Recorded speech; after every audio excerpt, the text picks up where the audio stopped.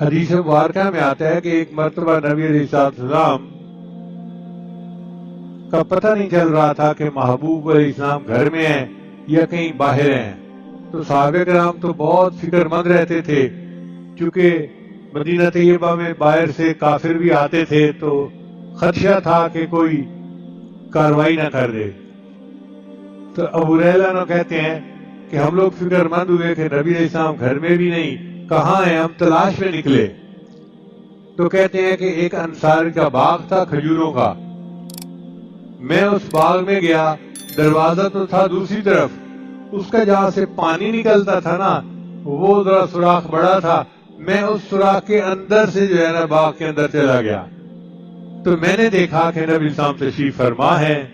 میں خوش ہو گیا، اے اللہ کے حبیب صلی اللہ علیہ وسلم، ہم آپ کو ڈھونڈ رہے تھے، آپ کہاں ہیں، شکر ہے کہ آپ خیریت کے ساتھ یہاں موجود ہیں۔